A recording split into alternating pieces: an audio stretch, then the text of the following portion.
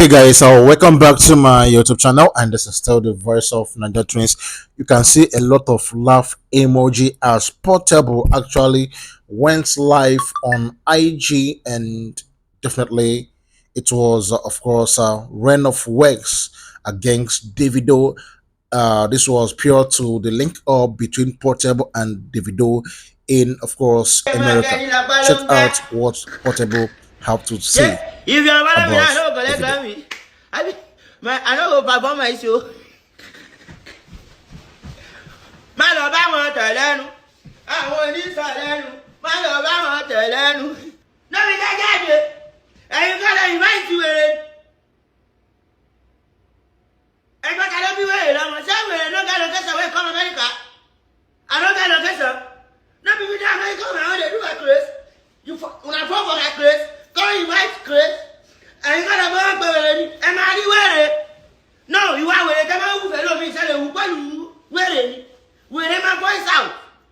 Some of you wear a girl back. You are wearing it. Come on, fellow, talk with you. I'll set you, I cost you, and we put out Benny.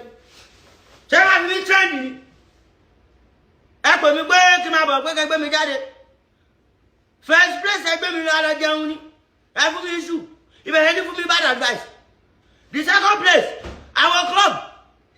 You can't give me phone. All about me club. You pay only pay me attend the company.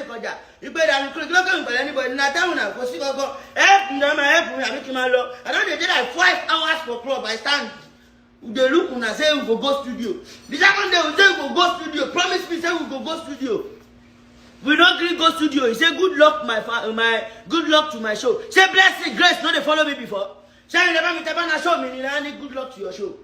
After the anybody am showing. Eti telenu niye na. Telenu jare. Nigga tell me the first day I see Olamide na Olamide give me verse. Olamide fún mi lówó oúnjẹ. Kò fún mi koko bo. Ó fún mi ní nǹkan tí mo máa jẹ. Olamide give me my future. Olamide no buy butter for me.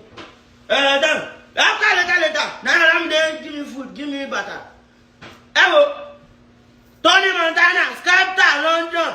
Did they give me money? Skepta give me £5,000 in cash. Oh, for me 3K, oh, for me 2K. Oh, baby, no plan this, oh, easy. All the place where Skepta sign. Now you carry me go. Now you, all the place where you sign, you don't carry me go there. Go there, invite. You don't invite me now, go another place. That's all now. Say me, my country, say me now, right time I can. I'm a CEO of myself. I'm control. I control my platform. Check. I'm big. I'm big more than them. But when I tell you, I'm a blood to all of them. If I don't be alive, I'm not going to see me. I'm alive. I'm part of myself. I'm in America. I'm in Yahweh. I feel like we're location. No, they want to invite me.